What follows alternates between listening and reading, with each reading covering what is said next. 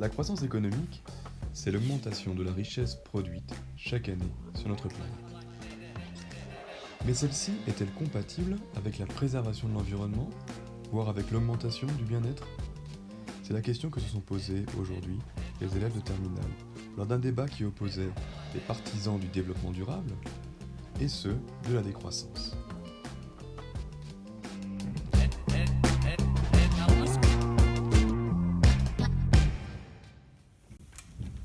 Aujourd'hui, beaucoup d'économistes se posent sur l'hypothèse que la soutenabilité est faible et considèrent que différents types de capitaux sont substituables.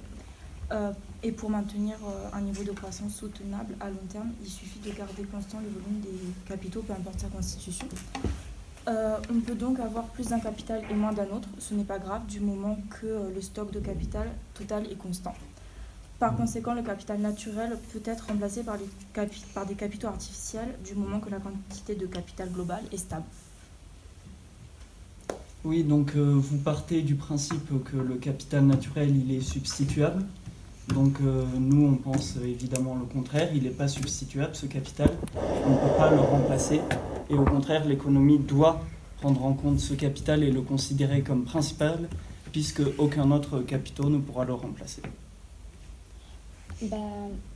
Personnellement, on pense que le capital naturel il peut servir à développer le capital humain, parce que c'est en développant le capital humain, on peut résoudre des problèmes tels que le réchauffement climatique, la réduction de la biodiversité ou la surexploitation des ressources naturelles. Donc si on met à part totalement le capital humain, qu'on ne le développe plus, comment vous voulez trouver des réponses à ces gros problèmes? Alors ce qu'on propose, c'est pas d'arrêter de développer le capital humain, mais souvent un des indices du capital humain, donc c'est l'IDH notamment, et l'augmentation de l'IDH, ça ne correspond pas toujours à une baisse de la consommation de CO2 par exemple, et aussi souvent l'augmentation de l'IDH dans les pays développés, comme par exemple les États-Unis ou la France, ça peut aussi augmenter des inégalités, donc le bien-être de la population n'augmente pas, et en plus l'environnement est mis en danger, donc ce n'est pas une bonne solution. Mais grâce à la coupe de Kuznets, on voit que la croissance, elle est nuisible que jusqu'à un certain point. Ensuite, elle est favorable à l'environnement, puisque les gens, ils s'identifient plus aux causes et ils ont envie de plus agir. Par exemple, les pays riches, ils ont réduit chaque année leur intensité énergétique pour diminuer la pollution. Donc on voit bien que la croissance, elle est bénéfique. Oui, mais pour les pays pauvres, vous faites comment? Mais si on enlève la croissance aux pays pauvres, comment ils peuvent atteindre le stade de pays développés? Tout simplement, il faut qu'ils arrêtent de se comparer, notamment la croissance, ça engendre une comparaison envieuse.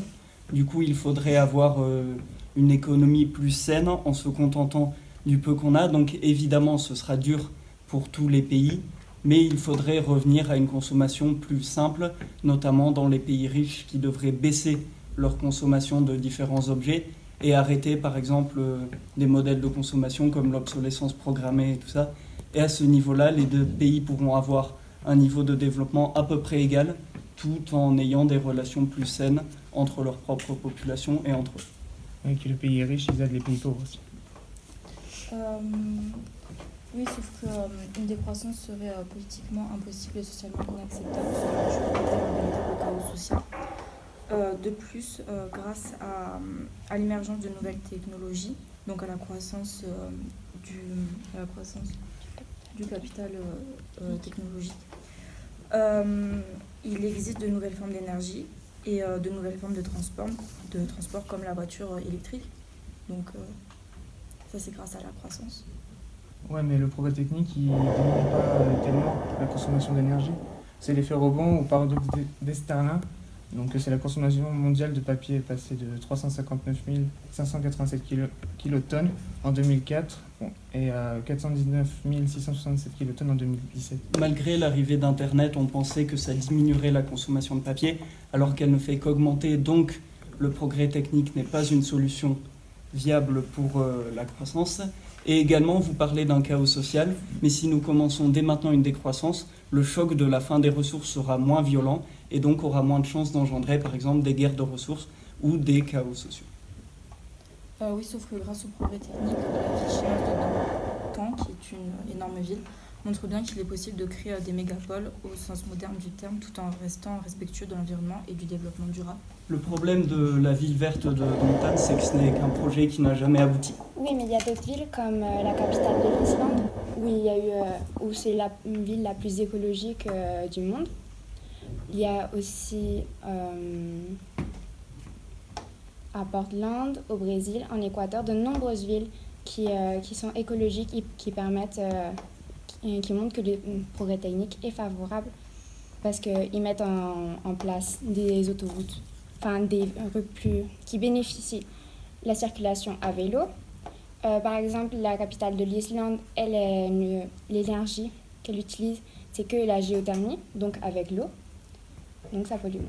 Mais les pays qui font ces villes vertes ne sont pas forcément les plus gros pollueurs. Par exemple, l'Islande en fait, mais je ne pense pas qu'il soit dans le top 10 des plus gros pollueurs de la planète. Par contre, des énormes pollueurs comme la Chine et les États-Unis font très peu d'efforts.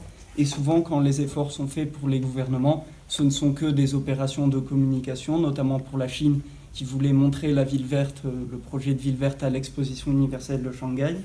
Donc souvent, ce n'est que pour se donner une belle image, ce genre de choses. Et on peut aussi penser à la France, qui est aussi la championne dans ça. Beaucoup de paroles et peu d'actes. Par exemple, en 2002, le président Chirac avait mis en garde contre les dangers du réchauffement climatique, au même moment où son gouvernement baissait les subventions liées au transport en commun. Donc les gouvernements, leurs projets de ville verte, soit sont uniquement pour se donner une bonne image, soit n'ont pas tellement d'impact, puisque ce ne sont pas les pays qui polluent le plus qui vont décider de créer des villes vertes, comme l'Islande par exemple. Tu viens de me dire que les États-Unis et la Chine sont les plus pollueurs, mais je t'ai dit que Portland, qui se trouve aux États-Unis, avait été une des villes les plus écologiques du monde, ainsi que le Brésil qui pollue aussi. Oui, mais les États-Unis, une seule ville comme Portland, ça ne peut pas compenser tout ce qu'ils produisent. C'était peut-être, c'est un exemple, ils prennent d'abord une ville pour pouvoir voir si ça marche et développer dans d'autres endroits. Mais là, vous parlez surtout des villes comme quoi ça n'a pas fonctionné pour certains endroits et comme quoi le gouvernement ne prend ne met en œuvre aucune parole de ce qu'ils disent. Sauf que grâce au progrès technique, nous avons découvert la chimie de synthèse qui nous permet de pouvoir créer des ressources qu'il aurait été trop coûteux d'exploiter ou qui manquent, ce qui permet donc de ne pas surexploiter la planète, ce qui est quand même pas mal. Oui, sauf que c'est pas encore 3 jours. Aussi, la chimie de synthèse, elle a été mise à jour. Enfin, elle était... Mais c'est quoi concrètement la chimie de synthèse? Substituer les capitaux. Enfin, on prend par exemple une plante, on la substitue pour ne plus utiliser cette plante. Mais encore une fois, on revient à cette substituabilité des capitaux. Et donc pour nous, elle est impossible, puisque même cette chimie de synthèse, c'est surtout certains pays avec un certain capital technologique qui pourront se permettre de la faire. Alors pourquoi ne pas tout simplement consommer moins de poissons que décider de créer du poisson à partir de la chimie uniquement pour les pays riches?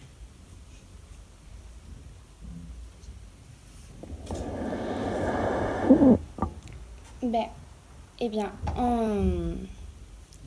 en trouvant des alternatives, on pourrait réduire le prix de certains biens, donc les rendre plus accessibles. Vous supposez de supprimer la croissance, mais comment vous voulez supprimer la croissance? Alors nous ne voulons pas supprimer la croissance. Ou du moins, la réduire. Mais on a bien vu que si on ralentit la croissance un peu, ça engendre des problèmes sociaux. Et si elle ralentit chaque année de 1% ou de 0,5%, ça entraîne un chaos social. Comment vous voulez ralentir la croissance dans des pays émergents?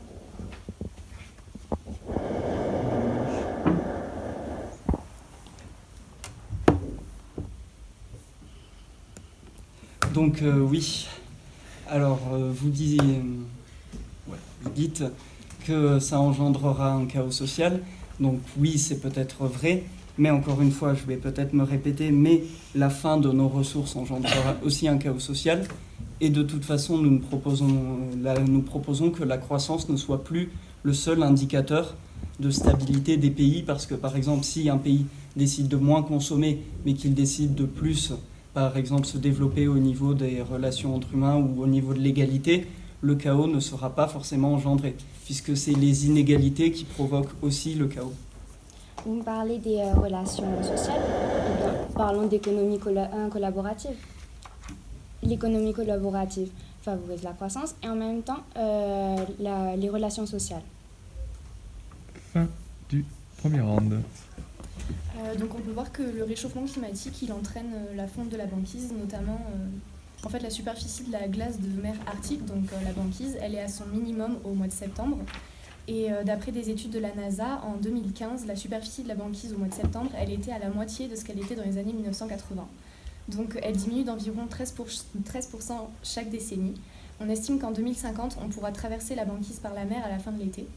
Donc ça nous amène à l'un des plus gros enjeux géopolitiques du réchauffement climatique, à savoir l'ouverture d'une route maritime commerciale en Arctique qui va relier les 3 grands pôles économiques, à savoir l'Amérique du Nord, l'Europe et l'Asie.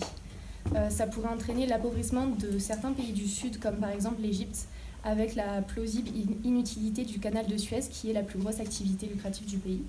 Et ça pourrait aussi entraîner l'augmentation du niveau des mers. Ne serait-ce que 25 mètres en plus, ça entraînerait la migration de plus de 20% de la population mondiale, c'est-à-dire 1,4 milliard d'habitants. On est bien d'accord que c'est un problème, le réchauffement climatique, pour tout ce que tu as énoncé, mais on est entièrement d'accord avec ça. Après, voilà, on n'est pas d'accord sur la manière. Pour nous, pour pallier à ce problème, on voudrait continuer à ce qu'il y ait de la croissance, mais que cette croissance, elle soit positive pour l'environnement. Parce que on veut allier à la fois cette croissance, le bien-être de l'environnement, mais ne pas oublier ce qu'a apporté la croissance, c'est-à-dire qu'elle a sorti de la misère des centaines de millions de personnes. Et ça, il ne faut pas l'oublier, parce que une décroissance, comme vous le proposez, bah, ça pourrait remettre dans la misère certaines personnes, et ça crée, comme ça a été dit précédemment, un choc social. Et on ne peut pas demander à un pauvre de ménager les rares ressources qui sont à sa disposition.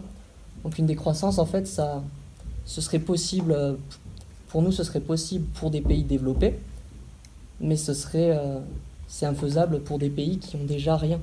Enfin, non, qui n'ont déjà rien, ça veut rien dire, mais voilà. On est d'accord, mais en fait, la croissance, donc l'industrialisation très forte, au départ, elle était très polluante. Maintenant, elle l'est un peu moins, c'est vrai, mais elle n'en reste pas moins nuisible pour le capital humain et environnemental. Par exemple, l'exploitation des hommes et des enfants à la fabrication de nouvelles technologies, comme par exemple en Inde, où le gouvernement il exploite ses richesses naturelles pour alimenter la production industrielle, ça aide pas du tout les pays en voie de développement, en fait. Et bien justement, vous parliez de la pollution qui est en train de devenir de moins en moins importante. Nous, justement, on voudrait jouer sur ça, c'est-à-dire que continuer à produire la même quantité et justement ne pas rentrer dans la décroissance et ensuite polluer de moins en moins. Et notamment grâce au progrès technique, si on arrête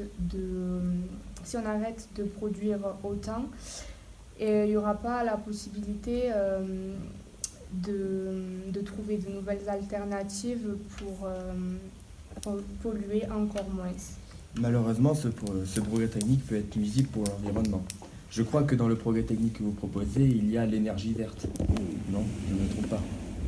Eh bien, malheureusement, certains types d'énergie verte, comme par exemple les panneaux solaires, ne produisent pas assez pour alimenter un foyer moyen français, par exemple, comme nous l'observons grâce au site d'EDF, où un foyer moyen consomme 4700 kWh à l'année, alors qu'un champ de panneaux solaires d'environ 15 pièces n'en produit que 1200 à 1600 dans les meilleurs emplacements, c'est-à-dire dans le sud de la France.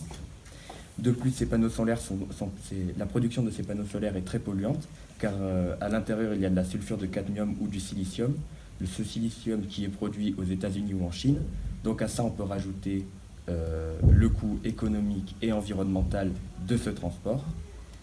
Et de plus, justement, ces énergies vertes vont être démocratisées, ce qui entraîne un effet rebond. Et donc, le prix va chuter et donc la production va encore augmenter, ce qui va encore utiliser du capital naturel et qui va polluer et être dangereux. Oui, mais ce progrès technique, le progrès technique qui va être permis grâce à la croissance, il va peut-être permettre d'améliorer ces technologies. Et si on améliore ces technologies, elles vont peut-être être beaucoup moins polluantes et aussi beaucoup plus productrices. Également, on va peut-être trouver d'autres moyens, par exemple avec les marées, etc. Les marées. Également les courants marins. Il y a des hypothèses surtout sur ces phénomènes naturels. Et on pourrait les exploiter pour créer de l'énergie. Et également, tu parlais de la consommation des Français. On est d'accord sur le fait que grâce au progrès technique, on va peut-être utiliser des appareils qui consommeront moins et donc la consommation va baisser. Ajouter à cela le fait qu'il y a une prise de conscience générale de la question de l'environnement et donc les gens, les Français, les gens en général, ils vont moins consommer, acheter moins d'appareils. Et donc, si on combine tout ça, je pense sincèrement que ça peut marcher. Mais malheureusement, aujourd'hui, vous dites que la technologie réduit l'intensité énergétique, alors qu'aujourd'hui, nous observons une énorme consommation et une consommation électrique qui augmente depuis les années 2000, mais aussi une consommation de papier, alors que la technologie devrait se concentrer justement à réduire et à influencer ces personnes pour en acheter moins. Mais pour l'instant, ce n'est pas le cas. Justement, donc si je vais dans votre sens, vous dites que le progrès technique coûte très cher et que beaucoup de pays ne peuvent pas en bénéficier, que ça entraîne des problèmes environnementaux, etc. Mais nous, on pense que c'est inutile de dépenser aujourd'hui des sommes astronomiques pour remédier au désordre climatique, alors que demain, justement, grâce aux avancées technologiques, grâce au progrès technique, on arrivera à trouver des équipements nouveaux qui nous permettront d'obtenir les mêmes résultats à des coûts nettement inférieurs. Effectivement, mais pour l'instant, cette croissance reste la même, car vous voulez soutenir cette croissance. Elle reste la même et du coup, pour pouvoir trouver de nouveaux moyens technologiques, il faut entamer dans le bien commun. Sauf que le bien commun est à tous, justement. Et il entraîne une rivalité, justement, car un nouveau marché va s'ouvrir sur ces énergies vertes, ce qui va entraîner, justement, une forte empreinte écologique sur ces biens communs. Et par exemple, ça va être une catastrophe naturelle, car un nouveau marché va s'ouvrir et donc de nouvelles entreprises vont se concurrencer, justement, ces marchés-là. Alors justement, c'est là, je pense que tu te trompes, c'est qu'on ne veut pas de la croissance actuelle. Nous, ce qu'on voudrait, c'est une autre forme de croissance, c'est une croissance verte, qui allierait, donc comme je l'ai dit au début, le respect de l'environnement, le respect, l'équité sociale et malgré tout une croissance économique. Et donc ça passe par, justement, on l'a dit, le progrès technique qui va nous permettre de découvrir de nouvelles technologies, mais aussi une meilleure utilisation des ressources que nous avons à notre disposition et qui sont fragiles, comme les ressources halieutiques ou l'air, l'eau. Nous, ce qu'on veut, c'est qu'elles soient mieux consommées plus intelligemment. Et si on parvient à faire tout ça, et voilà. Je voudrais juste rebondir sur ce qu'il a dit. Justement, nous, on ne cherche pas à garder la croissance qu'on a à l'heure d'aujourd'hui. On cherche à évoluer, notamment pour qu'elle soit plus verte. Et j'aimerais notamment parler de la hausse de l'éco-travail. qui a été importante ces dernières années. Et c'est important de ne pas le négliger parce qu'il y a aussi beaucoup de débouchés. Et aussi, il faut prendre en compte le fait que les pays de l'OCDE envisagent de diminuer de 1,8% par an l'intensité énergétique dans la période 2003-2030. Donc, en gros, il faut le voir sur une plus grande période, mais clairement, le développement durable peut évoluer vers une consommation moins polluante. Je suis totalement d'accord. Le progrès technique, si on arrive à trouver de nouvelles innovations pour, par exemple, mieux utiliser l'eau, c'est bien. Mais pour l'instant, par exemple, pour fabriquer un seul jean, il faut utiliser actuellement 11 000 litres d'eau, ce qui est complètement énorme en fait. Et ça pollue donc énormément les océans. Et en fait, c'est très néfaste parce que, par exemple, pour les mammifères marins déjà, et aussi pour nous parce que les océans, ils aident à la création de nuages, par exemple. C'est ce qu'on appelle la rétroaction positive des océans, pardon. Et en gros, plus les océans ils se réchauffent, plus ils évaporent, enfin ils créent de la vapeur. Et cette vapeur, en fait, elle va avoir un très fort pouvoir d'effet de serre. Ça va réchauffer l'atmosphère. Et il y a des bactéries dans l'océan qui génèrent des aérosols. C'est des particules atmosphériques très très fines. Et en fait, elles sont à la base des créations de nuages. Et ces nuages, ils vont avoir un impact sur le changement climatique en renvoyant plus d'énergie solaire dans l'espace, ce qui va augmenter l'albédo, c'est le pouvoir réfléchissant d'une surface. Et donc le réchauffement climatique, en fait, il pourrait accélérer la formation de ces bactéries océaniques et donc ralentir le réchauffement de la planète. Mais pour l'instant, on est en train de polluer les océans vitesse grand V, donc c'est pas possible pour l'instant de faire ça. C'est pour ça que je pense qu'il faut continuer à consommer, enfin ne pas empêcher les gens de consommer. Faisant partie de la décroissance, pour nous, une société qui consomme toujours plus de ressources ne peut pas être respectueuse de l'environnement et donc ne pas respecter le développement durable. Pour nous, le capital naturel est un bien commun non substituable qui doit être préservé car ce qui implique que la croissance doit être limitée par les conditions de son renouvellement. Nous sommes actuellement entrés dans la zone de tempête au sens propre et au sens figuré. Donc le dérèglement climatique s'accompagne de guerre du pétrole, guerre de l'eau, mais aussi de possibles pandémies, disparition d'espèces végétales et animales.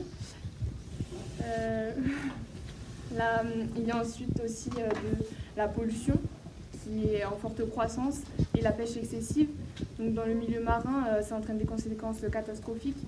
Une étude datée du 3 novembre 2006 montre que la quasi-totalité des espèces de poissons et de crustacés pourraient disparaître des océans avant 2050. Donc pour nous, dans ces conditions-là, la société de croissance n'est ni soutenable à cause de son poids sur l'environnement, ni souhaitable car elle n'apporte aucune satisfaction à la pollution. Alors, moi, je comprends tout à fait ce que vous dites, mais savoir que la croissance elle va être nécessaire parce qu'on ne peut pas continuer de reculer en arrière. En fait, on va justement nous partisans du développement durable, on va prendre des mesures justement pour soutenir la croissance, mais en même temps créer des mesures pour protéger le patrimoine environnemental. Donc on va prendre des mesures pour, comme vous disiez, c'est trouver des moyens pour éviter tout ce qui est réchauffement climatique, dérèglement. Nous, on va également essayer de réduire l'empreinte écologique, donc justement pour que tout ce qu'on met en place en fait reste durable en fait et tout simplement que ça soit en faveur de l'environnement. Mais c'est quoi ces mesures que vous voulez mettre en place? En détail. Des mesures qu'on veut mettre en place, oui. Donc par exemple, on va réduire la production de gaz à effet de serre, donc qui pollue énormément sur la planète. On va utiliser le moins de ressources naturelles possible. On va on va vraiment faire attention au patrimoine environnemental. Donc, il y a des mesures qui ont été prises déjà, par exemple en Suisse.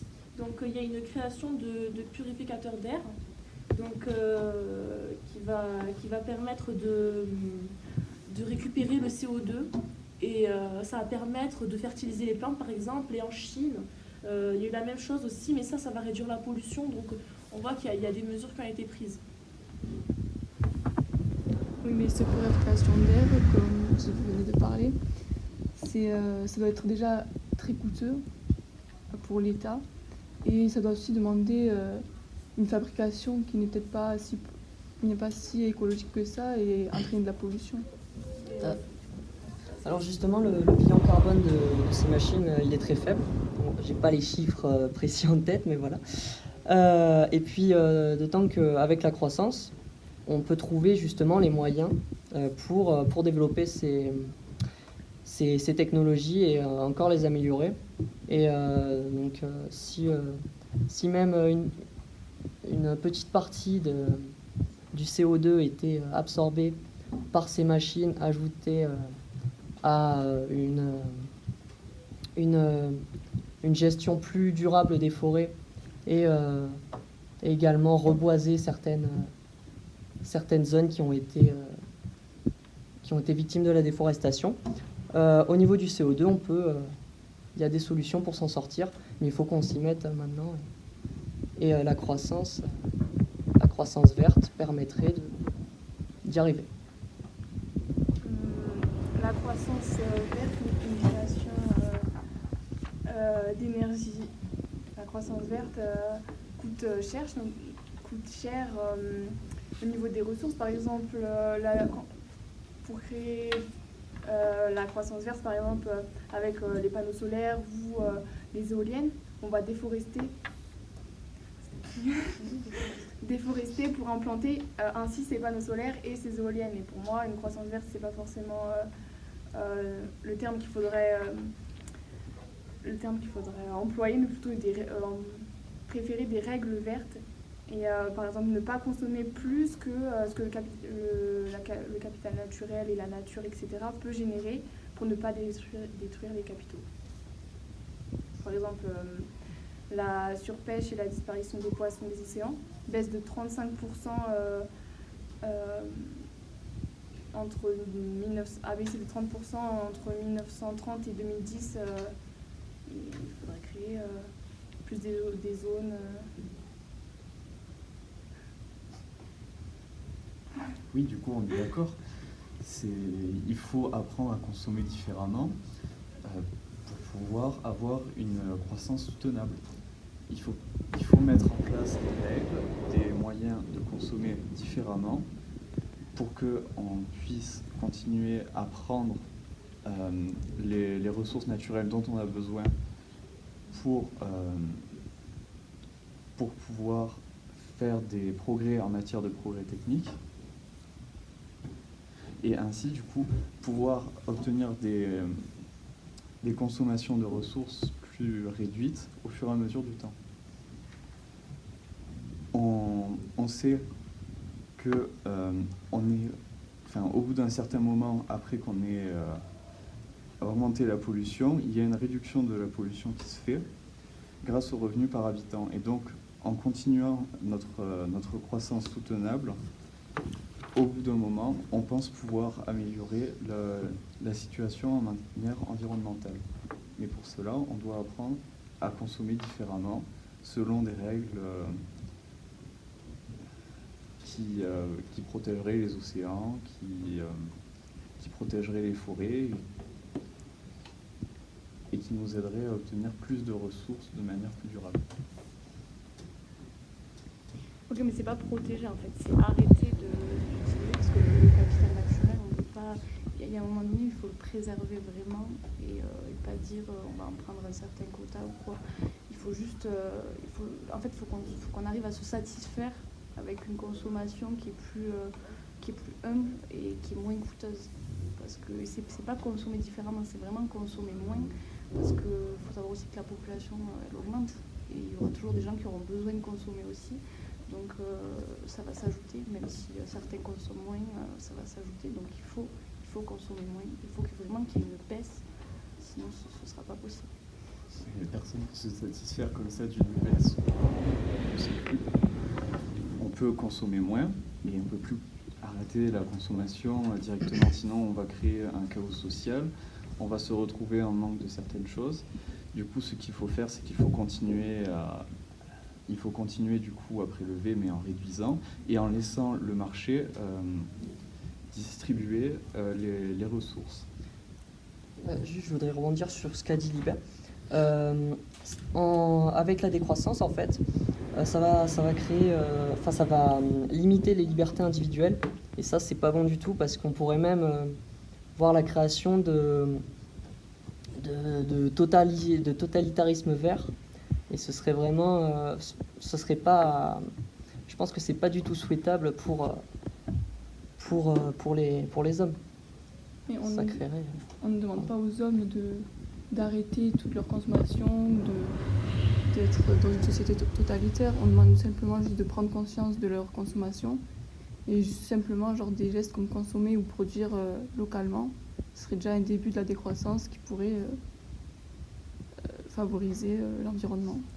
Je suis d'accord, franchement je comprends tout à fait ce que vous dites, mais d'un côté on peut pas arrêter de produire. Enfin, on va prélever, enfin on va se servir des ressources naturelles pour pouvoir justement améliorer la croissance et justement prendre des mesures pour que ce soit durable. Justement ce qu'on vous dit, c'est pas ce serait oui, il faut protéger le patrimoine environnemental. Je suis d'accord avec ça, mais c'est juste que si on ne fait pas, on n'aura plus les moyens de produire des activités, des biens et services au bien des consommateurs. Donc c'est vital en fait la croissance pour tout en protégeant. Oui. Dernier argument pour chacun peut-être. C'est pas un arrêt de la croissance, c'est une récession. Bien évidemment qu'on ne peut pas arrêter de produire comme ça du jour au lendemain, mais on ne peut plus se permettre de substituer telle chose. Et puis au moment où le temps passe, on ne peut plus substituer comme ça à volonté, c'est pas possible. C'est pas possible. Il faut vraiment prendre conscience que les choses, il faut en prendre soin et il faut vraiment savoir se contenter de ce qu'on peut prendre par rapport à leur durabilité. Si toutes ces ressources, on les alloue à un marché, le marché il va suivre les lois de l'offre et de la demande. Donc, si jamais l'offre, donc une ressource, vient à se raréfier, elle va coûter beaucoup plus cher. Donc, les entreprises vont être entre guillemets obligées d'en prendre soin et de faire en sorte que cette ressource, elle puisse de nouveau se développer et donc de pouvoir l'utiliser de nouveau. Voilà. Ok, mais le prix des produits ne reflète pas toujours leur impact. Il faut mettre en place vraiment des éco-taxes, par exemple avec le principe du pollueur-payeur. Donc on ne peut pas tout lier au marché, c'est pas possible. L'allocation des ressources, c'est pas possible non plus. Il faut que le marché contribue à la surexploitation du capital naturel.